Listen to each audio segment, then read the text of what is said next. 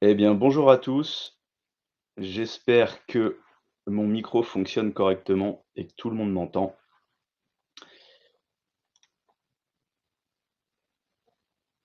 Je pense que vous connaissez tous un petit peu la plateforme. Nickel, j'ai l'impression qu'on me dit que ça marche, donc c'est impeccable. Donc je disais bonjour, bienvenue à tous, bienvenue dans ce nouveau webinaire, Betib. Et en attendant que tout le monde se connecte, là on a une quarantaine de participants sur la centaine d'inscrits. Et ben, comme il y en a qui ont déjà commencé à faire, vous avez vu qu'il y a un petit onglet chat qui vous permet d'interagir avec moi, ne serait-ce que pour se dire bonjour etc.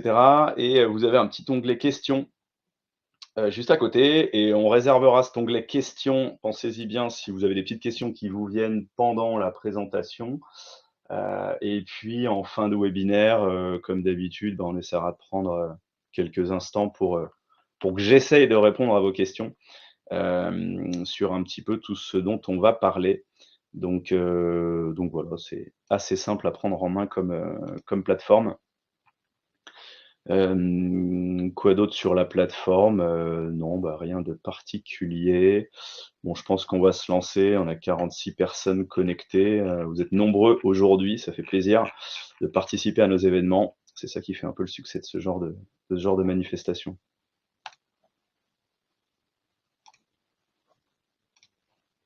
Allez, c'est parti. Pour commencer, alors ceux qui me connaissent moins, parce qu'il y a pas mal de monde connecté et pas que des intégrateurs partenaires. Donc moi, je suis Antoine de l'équipe commerciale de Betib, équipe commerciale qui est composée de Valentin, Brice et Christophe. Et nous sommes épaulés pour ce type d'événement par notre team marketing, avec Manon à la manœuvre et Baptiste, qui vient de nous rejoindre dans cette équipe marketing depuis le tout début de semaine. Donc voilà, on s'agrandit tranquillement. Alors, au programme, au menu du jour, ce que je vous propose, dans un premier temps, ça va être de refaire un petit focus rapide sur le nouveau JS 9000 qui, je pense, vous le savez, est disponible depuis fin d'année de mémoire et qui a déjà été largement, même très largement adopté par la communauté, des intégrateurs, des utilisateurs finaux et autres. Et on verra pourquoi. Je voulais revenir aussi sur un point qui est assez important et qui concerne en fait la politique de Tridium pour tout ce qui est support des versions de Niagara.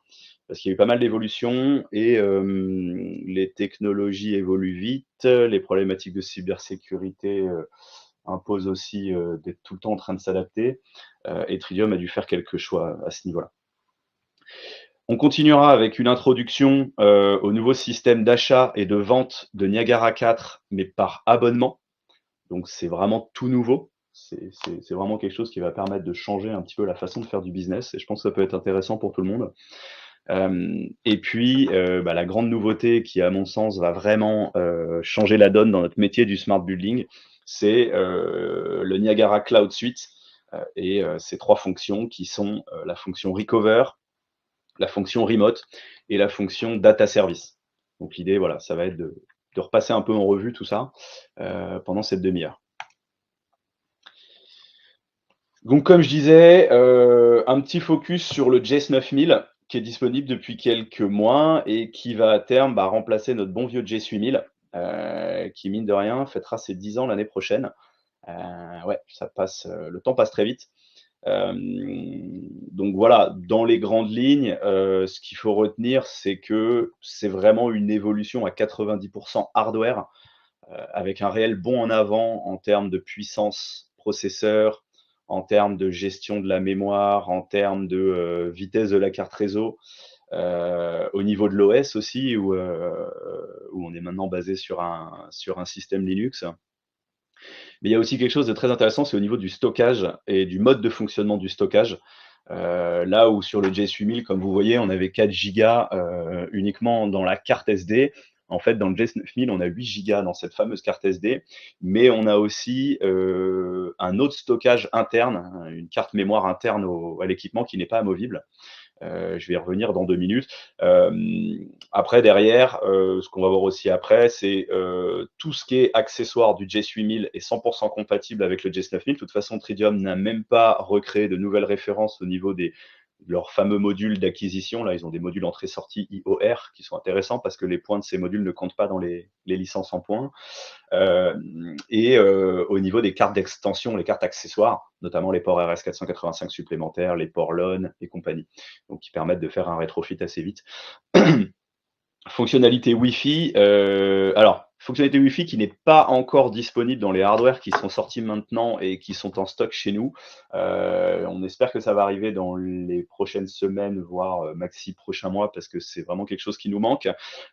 Surtout qu'aujourd'hui, avec la puissance du Jace 9000 au niveau de l'affichage, se connecter en Wi-Fi depuis un appareil mobile prend vraiment tout son sens pour pouvoir visualiser rapidement l'imagerie sans avoir à se connecter sur un réseau GTB ou sur un ordinateur. C'est quand même vachement plus sympa. Rapido au niveau de la gestion de la mémoire dans le Jace.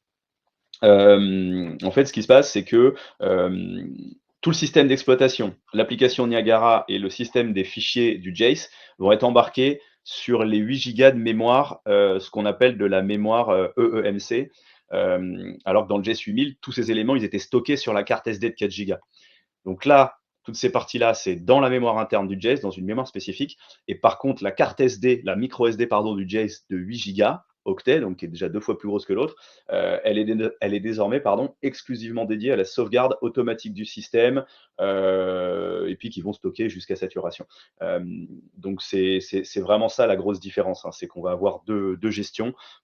Et ça va améliorer grandement l'utilisation du système, la gestion du processeur, la gestion des services, et puis le stockage et l'historisation en local, parce qu'avec 8 Go octets de mémoire sur des historiques qui pèsent 3 fois rien, hein, en GTB, des quelques octets, ça permet de faire quand même beaucoup de choses.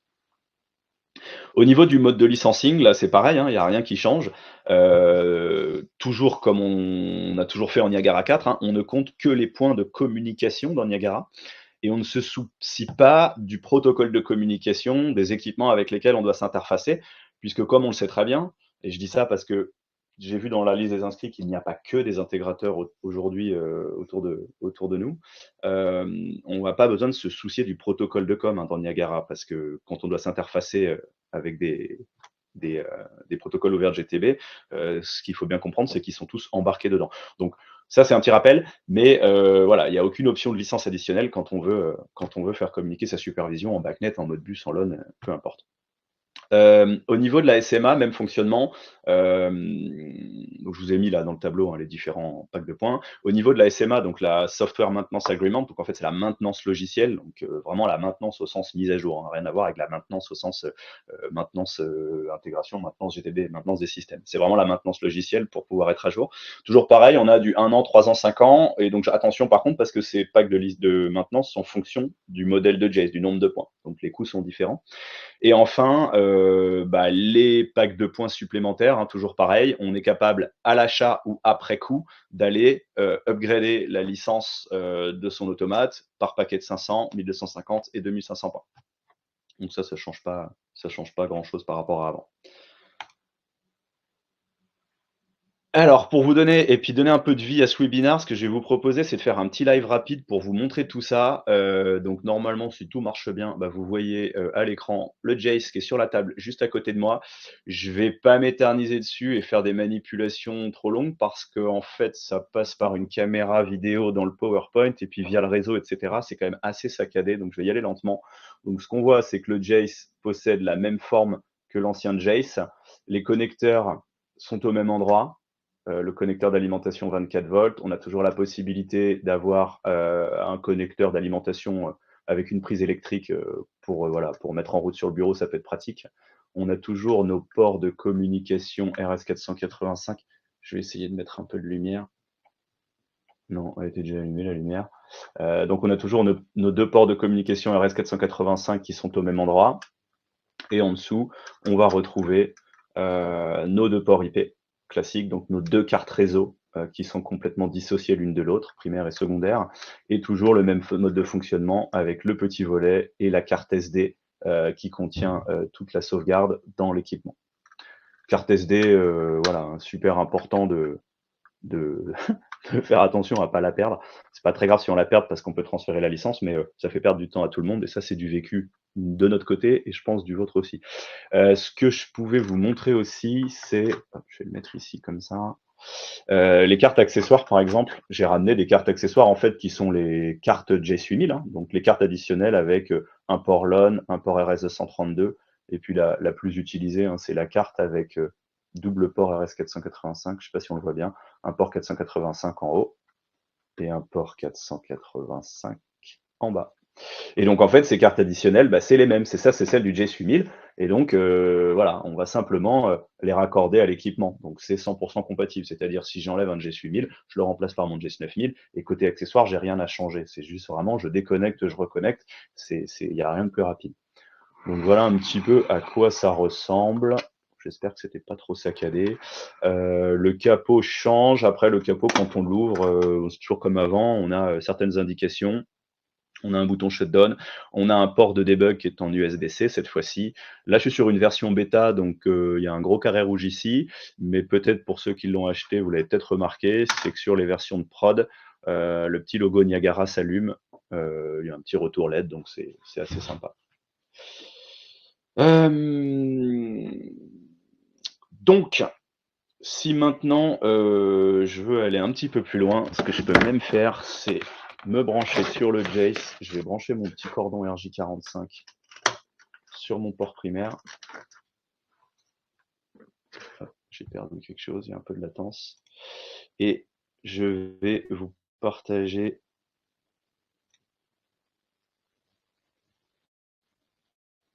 Hop là, pardon, j'y arrive. Bon voilà, ça a mis un peu de temps.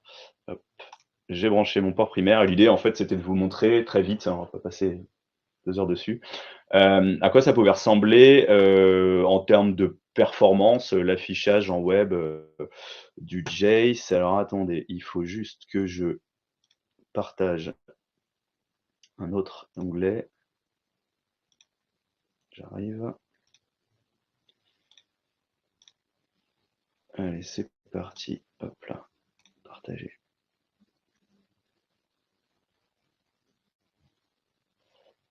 Voilà. Donc, si tout va bien, normalement, vous êtes censé voir mon navigateur. Ouais, ça fonctionne. Donc en fait, là, tout simplement, on a chargé une station Reflow dans le Jace. Bon, Reflow, pour ceux qui connaissent, vous voyez, ceux qui connaissent pas, on y reviendra et j'y reviendrai après en fin de webinaire.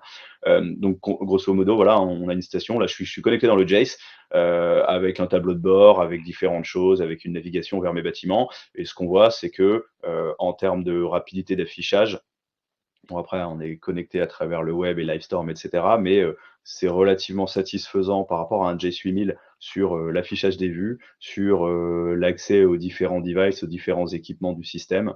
Donc, on a vraiment gagné en performance d'affichage. Pour l'utilisateur, c'est quand même assez sympa. Donc voilà un petit peu à quoi ça peut ressembler. Donc là, on est, comme je disais, sur du Reflow, hein, qui est un add-on graphique pour Niagara et puis qui permet de faire des choses assez sympas et assez rapidement. Donc là, par exemple, j'ai des programmes horaires et puis on va tout de suite reconnaître qu'on est dans un environnement Niagara avec les fameux programmes horaires qui sont assez communs en fait à tous les systèmes puisque les objets on les change pas. Donc voilà, l'idée c'était de vous montrer un petit peu cette fluidité d'affichage dans le Jace. Je vais repartager mon PowerPoint. Alors attendez, il est parti où?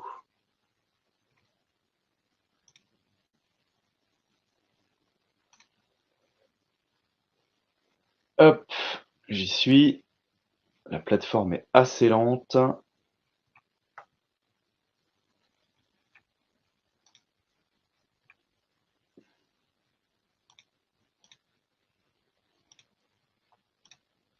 On va y arriver. Ok. Donc là, normalement, vous êtes revenu sur mon PowerPoint. Je vous invite, on va y aller, à consulter notre foire aux questions en ligne qu'on a qu'on a produite là avec le service marketing et surtout aussi le super article de Manon sur la différence entre le Jess 8000 et le Jess 9000 qui a été publié sur le blog de Betib. Donc j'ai remis les deux liens ici. Je vous invite vraiment à aller lire ces documents qui vous permettront rapidement de voir un petit peu toutes les principales caractéristiques et vraiment les différences fondamentales qu'on va avoir entre la plateforme 8000 et la plateforme 9000. Donc voilà un petit peu pour cette partie-là.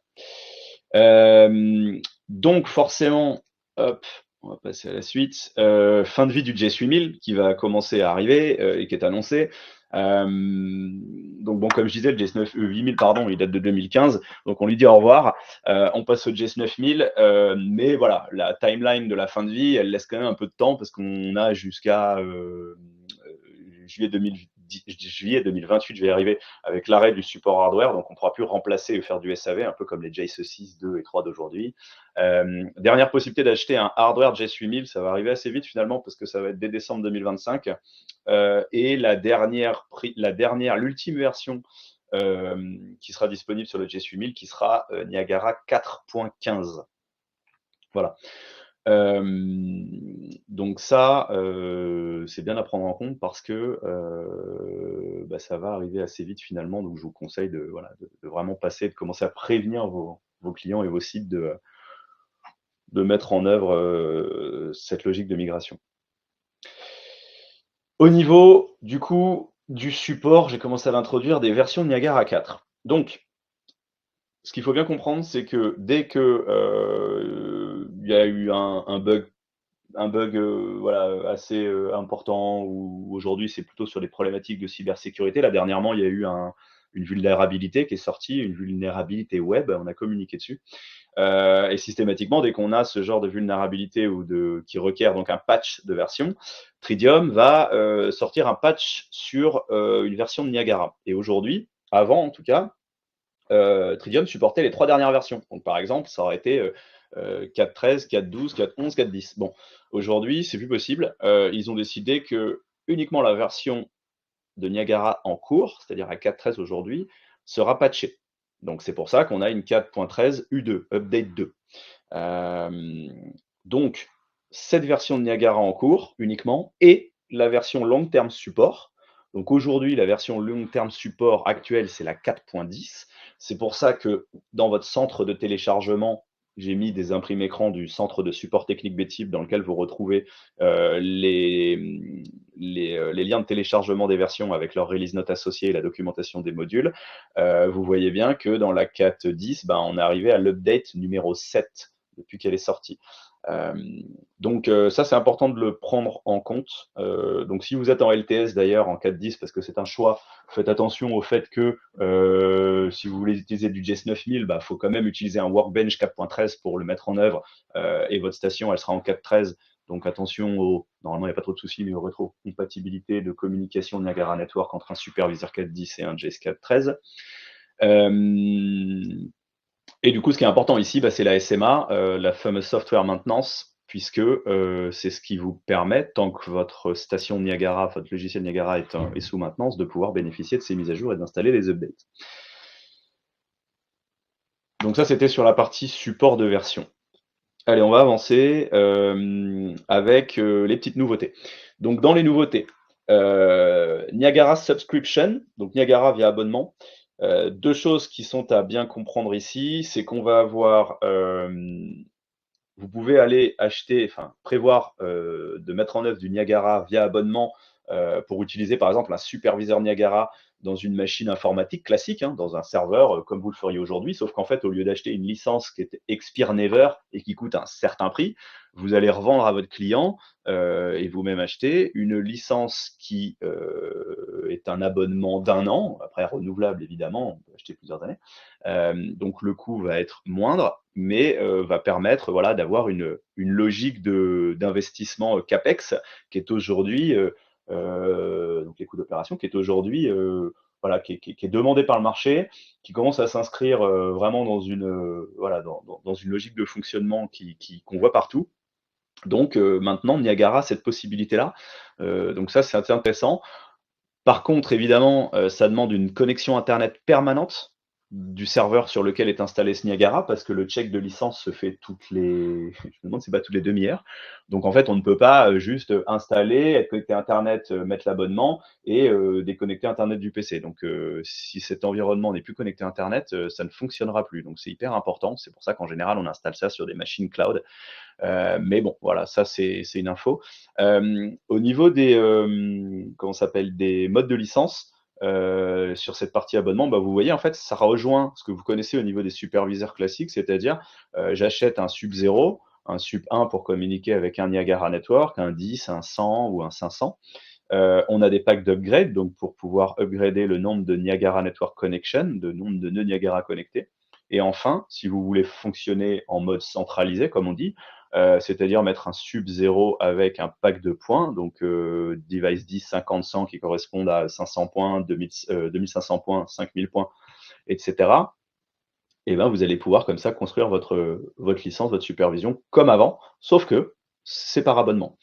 La deuxième façon de travailler en abonnement, c'est quand on veut utiliser Niagara dans un Docker. Donc un Docker, c'est une technologie différente. Je ne vais pas rentrer dans le détail parce que je suis absolument pas expert, vous irez regarder sur Wikipédia s'il faut, mais on peut installer un conteneur Docker, Niagara dans un conteneur Docker qui, lui, en fait, en général, est installé sur un système d'exploitation plutôt cloud, plutôt virtualisé, et ou dans des équipements tiers, dans des hardware tiers.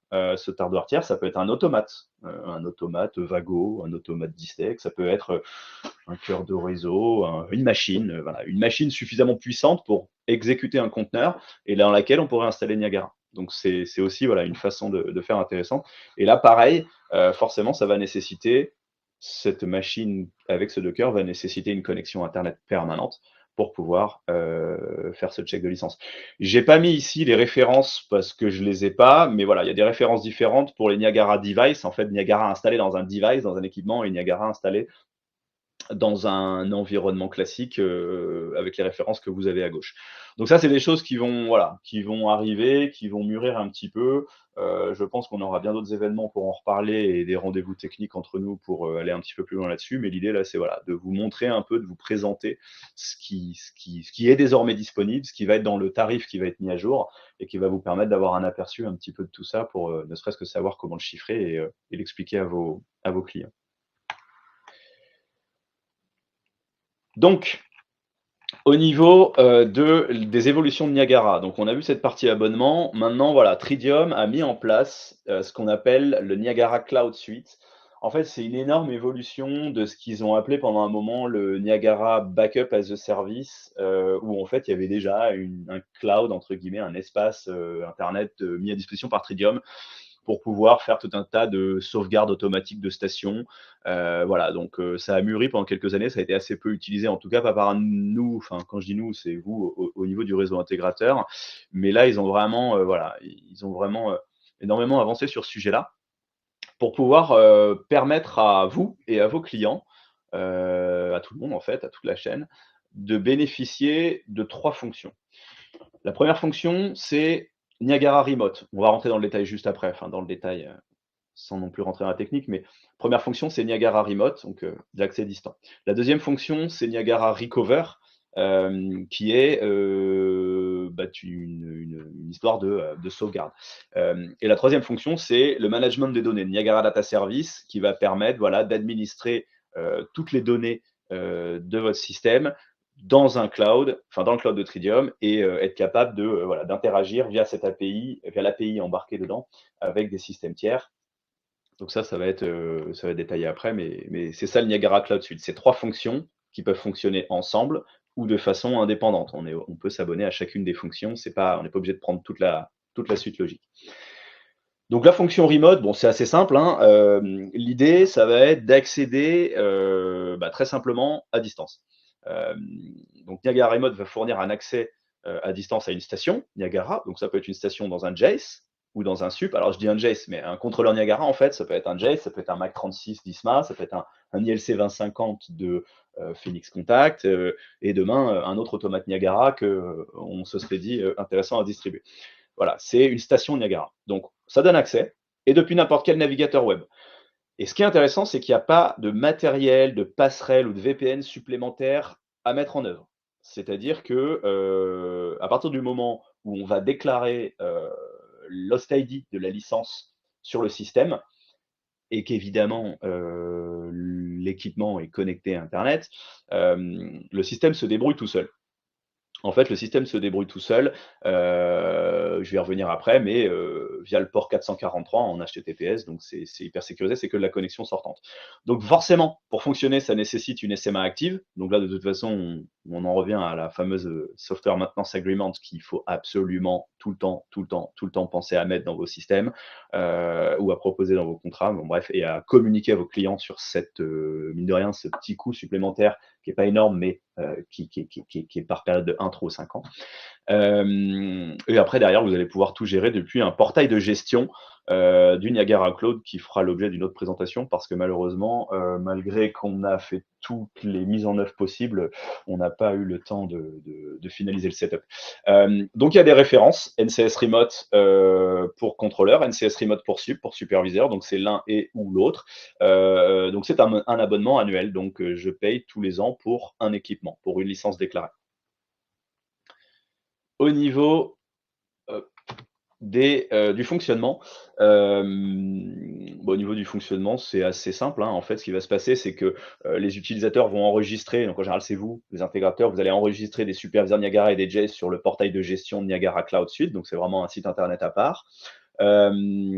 Connexion, donc les stations enregistrées, donc les stations que vous allez déclarer, elles vont se connecter, elles vont créer une connexion WebSocket sortante et sécurisée sur le port 443, qui est le port HTTPS.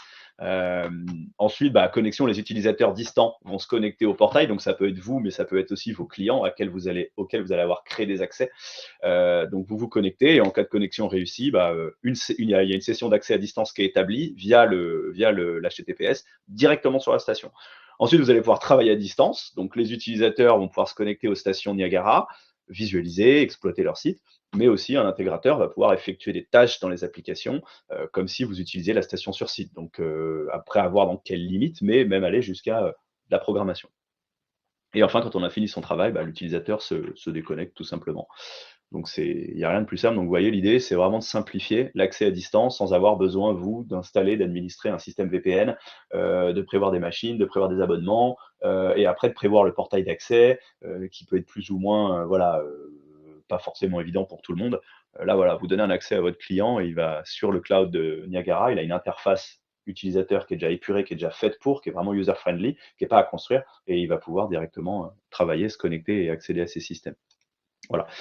La deuxième fonction de la Cloud Suite, c'est la fonction Recover. Donc la fonction Recover, sauvegarder, restaurer vos projets très simplement.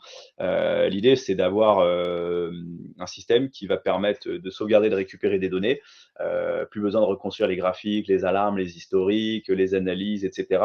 Et les utilisateurs, en fait, à chaque fois que vous restaurez un appareil Niagara 4. Donc il n'y a plus besoin non plus de se soucier de la capacité de stockage locale, puisque la capacité de stockage, même si elle a augmenté dans un JS 9000, c'est pas forcément la même dans un Mac 36 ou dans un autre équipement. Elle peut être limitée parce que c'est quelques gigas. Là, du coup, on profite de tout ce cloud qui va permettre de sauvegarder tout ça. Donc forcément, pareil, ça nécessite une SMA active. C'est un abonnement annuel version contrôleur et ou superviseur, comme pour le remote. On va gérer tout ça depuis un portail de gestion dans Niagara Cloud directement. Et au niveau du fonctionnement, vous allez avoir la possibilité en fait de créer. Hop, bon, je vous ai remis les références, hein, mais voilà, on y reviendra. Au niveau du fonctionnement, en fait, vous allez avoir la possibilité de programmer en fait des sauvegardes Niagara de façon périodique ou manuellement. Donc en fait, c'est vous que choisissez si vous le faites de façon, si vous l'automatisez ou si vous le faites à la main. On va pouvoir sauvegarder jusqu'à 5 backups par licence. Donc il y a 5 sauvegardes par licence qui sont stockées et qui sont en rotation. Donc ce qui se passe, c'est que la plus ancienne des 5 sauvegardes horodatées, qui n'a pas été étiquetée comme sauvegarde préférée, elle va être écrasée. Parce qu'effectivement, sur ces 5 backups, vous allez pouvoir en mettre une en favori, et celle-là ne sera jamais écrasée. Et après, derrière, une fois qu'une sauvegarde plus importante et plus intéressante deviendra à votre sens favorite, bah, vous allez pouvoir remplacer ce favori, etc. Et donc l'idée, en fait, c'est d'avoir cette, voilà, cette espèce de roulement de sauvegarde pour chaque licence, encore une fois. Et après, bah, la possibilité de récupérer à tout moment une sauvegarde redatée ou une sauvegarde préférée, et d'utiliser la passphrase de la station pour pouvoir la restaurer. Très simplement, et tout ça à distance. Et comme je disais tout à l'heure, bah, c'est voilà, Niagara Recover, comme les autres offres de Niagara Cloud, de toute façon, nécessite un contrat de maintenance logiciel SMA Niagara actif pendant toute la durée de l'abonnement. Donc ça, c'est hyper important. Si on avance un petit peu, alors bah, la troisième fonction, c'est ce qu'on appelle Niagara Data Service, NDS. L'idée, en fait, ça va être vraiment là, c'est purement data, bah, de maximiser en fait la valeur des données avec Niagara Data Service. Donc, c'est vraiment une offre software as a service intégrée dans le Niagara Cloud Suite. Et puis qui va enfin, voilà, ça s'appuie sur l'ouverture, l'extensivité de Niagara Framework, le fait de pouvoir taguer des données, modéliser des données, contextualiser des données, tout ce que vous aurez fait sur le terrain, qui va être remonté dans le cloud, qui va permettre de voilà, d'historiser tout un tas d'informations et de bénéficier un peu de tout ce qu'il y a derrière. Au niveau du fonctionnement, grosso modo, vous avez 3 types de packs, donc qui sont des volumes de données. Basic, Silver et Gold, donc de 150 à 600 gigaoctets. Et je vais vous expliquer parce qu'il faut, voilà, il faut penser à l'inverse. C'est-à-dire que seules les données extraites ou utilisées sont comptées. C'est-à-dire qu'en fait, il n'y a pas vraiment, on va pas dire que c'est pas illimité, mais Tridium ne va pas compter le stockage que va prendre vos historiques, vos sauvegardes, enfin vos historiques, pardon, sur son cloud. On pourrait avoir, je sais pas moi, être en basique, mais avoir 300 ou 500 gigas de données historisées sur le cloud. Mais en fait, là où vous allez commencer à compter des choses, là où la facturation entre en compte, c'est au niveau de quand quelqu'un, parce que l'idée de ces données historisées, c'est de pouvoir d'une, les visualiser via un tableau de bord, je vais y revenir, mais surtout qu'un tiers puisse aller requêter vos données via une API unique et une API centralisée. Et c'est quand quelqu'un va venir chercher des données chez vous, va venir taper dans vos données, va venir uploader des données, en fait, en télécharger, que là, on va compter. Donc, on va compter les données qui sortent. Et après, la possibilité d'adapter le pack de gigaoctets, de passer à la version du dessus. Vous étiez en basique, vous pouvez passer en silver à la volée ou acheter un giga supplémentaire, plus un giga, plus un giga, plus un giga. Donc voilà un petit peu l'idée de ça, mais c'est vraiment axé purement data et historique des informations. Au niveau des caractéristiques et du fonctionnement, donc c'est pareil, sans rentrer non plus hyper dans la technique, ça on y reviendra. Donc l'idée en fait, c'est que ce data service de ce cloud de Tridium embarque une API native, en fait une API qui est directement intégrée au cloud. Donc en fait, on n'a pas forcément besoin d'avoir l'API au niveau du contrôleur, au niveau de sa station de Niagara. C'est plutôt le site de Tridium qui va s'en occuper. Et comme ça va permettre à n'importe quel service d'aller taper dans les données et de les récupérer. Il y a quand même un truc sympa, c'est que vous avez un tableau de bord quand même dans l'interface de gestion qui va vous permettre quand même, vous en tant qu'utilisateur ou votre client à qui vous avez donné accès en tant qu'utilisateur à ces données, de pouvoir choisir des historiques, choisir des stations, site 1, site 2, site 3, choisir les historiques et les afficher sur des courbes, sur des vues d'analyse, de tendance, pour faire des rapports, pour faire de l'analyse, pour comprendre ce qui va, ce qui va pas, etc. Mais là, effectivement, il faut bien comprendre que le fait d'utiliser le chart viewer qui est embarqué dans le Cloud Suite va utiliser des données sortantes. C'est comme si vous étiez client utilisateur des données. Donc, il faut aussi penser à tout ça. Donc, voilà un petit peu comment ça marche. Qu'est-ce qu'on peut dire aussi ici? Il y a un truc super important. La partie propriété des données. La copie de ces données-là, elle est complètement à la discrétion de l'utilisateur. En fait, Tridium ne possède ni n'utilise les données, c'est-à-dire que toutes les données qui vont être là-dessus, Tridium n'y a pas accès et ne les possède pas du tout. Donc, je vois qu'il y a les États-Unis qui m'appellent. Je pense que c'est Tridium pour m'aider à setup la démo que je voulais faire. Donc important, voilà, Tridium ne possède pas les données, sur cette partie-là, c'est complètement, voilà, complètement verrouillé et complètement anonyme. Donc voilà un petit peu ces 3 grandes fonctions. J'avais encore une slide, ouais, sur le portail de gestion, bon, j'en ai un petit peu parlé, mais l'idée, c'est de comprendre que tous les abonnés à une offre Niagara Cloud Suite, vont avoir accès à ce portail cloud, Niagara Cloud Management. Et donc, à partir de ce portail, vous allez pouvoir configurer, accéder aux services cloud. C'est ça que je voulais me connecter et vous montrer, mais je pourrais pas. Mais voilà un peu à quoi ça ressemble, pardon, avec là une petite vue sur le data service et le fait que je suis sur un G Suite 1000 et je choisis d'afficher la température de la pièce, l'unité de la pièce, etc. Donc, hop là, je déroule sur mes historiques et je vais les afficher et je peux sauver le rapport et faire tout un tas de choses. Donc, possibilité d'enregistrer un équipement ou un superviseur, créer une hiérarchie pour les vues de vos utilisateurs qui vont décrire le client, le site, le projet, bon bref, ce que vous voulez.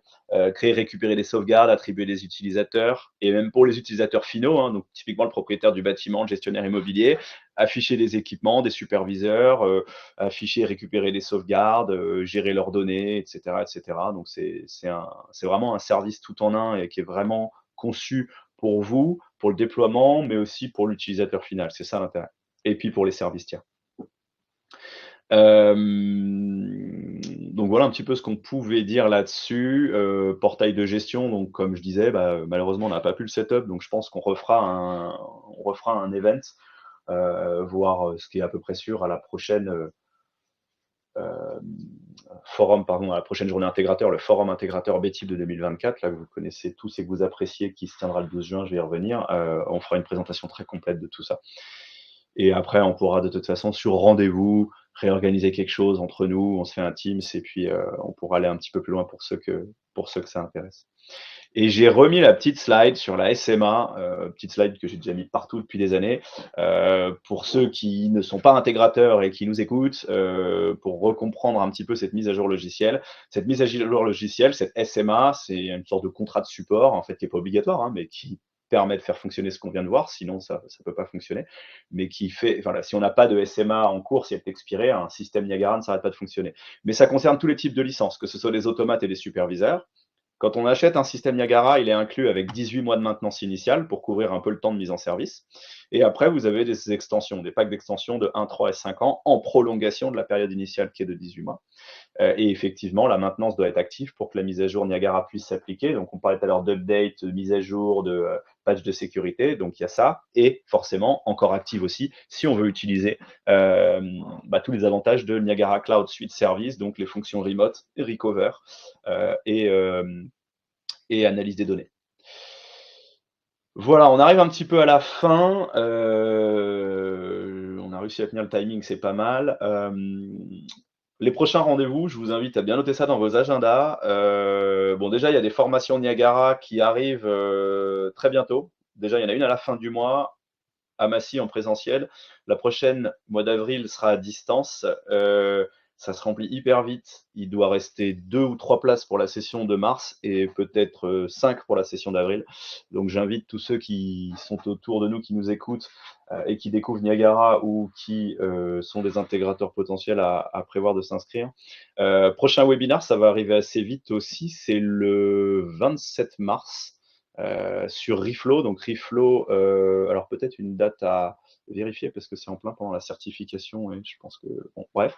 Reflow, c'est ce que je vous ai montré tout à l'heure sur le JSON 9000, c'est un add-on graphique qui permet de créer des vues bien plus vite et de tout de suite avoir quelque chose de voilà de très épuré, très sympa en termes de supervision sans passer perdre un temps énorme un temps fou pardon en conception. Et puis le forum intégrateur VTIB 2024, mercredi 12 juin. Donc vous recevrez des invites, vous recevrez encore plein d'infos là-dessus. Le programme va être hyper riche parce qu'on a énormément de nouveautés et de choses à montrer et des choses qui, je pense, vont vraiment vous plaire. Donc là, je pense que vous pouvez tout de suite maintenant prendre votre agenda ou votre Outlook calendar et noter la date du 12 juin et prévoir d'être là et vous dire que même si on vous met une urgence, vous préférez aller chez VTIB. Donc voilà, et aussi il y a d'ici un mois, enfin dans un mois et 10 jours, Il y a le Niagara Summit, donc c'est la grand-messe, le sommet Niagara mondial qui est aux États-Unis, c'est à côté de Los Angeles. Betty sera présent là-bas pour aller découvrir des nouveautés et puis être toujours au courant de l'actualité Niagara. Donc bon, c'est sur 3 jours, c'est un peu loin, mais ça vaut le coup. C'est vraiment, ça permet de montrer et de voir un peu de se rendre compte de l'écosystème Niagara, de ce que ça peut être. Donc, si vous avez un peu de temps et que vous avez envie de vous passer 3 jours sur la côte ouest, n'hésitez surtout pas. Ça sera un plaisir de se voir là-bas. Eh ben, je crois qu'on touche à la fin. Merci à tous, fin de la présentation. Alors, je vais juste me reconnecter sur la plateforme pour voir s'il y a quelques questions. Alors, eh ben, il n'y a personne qui a posé de questions. Eh ben, c'est parfait, parce qu'en plus, j'avais très faim. Et donc, comme ça, on va pouvoir tous aller manger. Non, bah, rapidement, là, s'il y a des petites questions qui vous viennent à l'esprit, n'hésitez pas.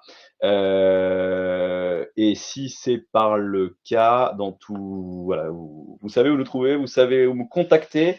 Donc, n'hésitez pas. On peut se reprendre un peu de temps ensemble pour discuter de tout ça et approfondir un petit peu toutes ces nouveautés. Et bien, comme je disais, je vous souhaite à tous bon appétit, une très bonne journée.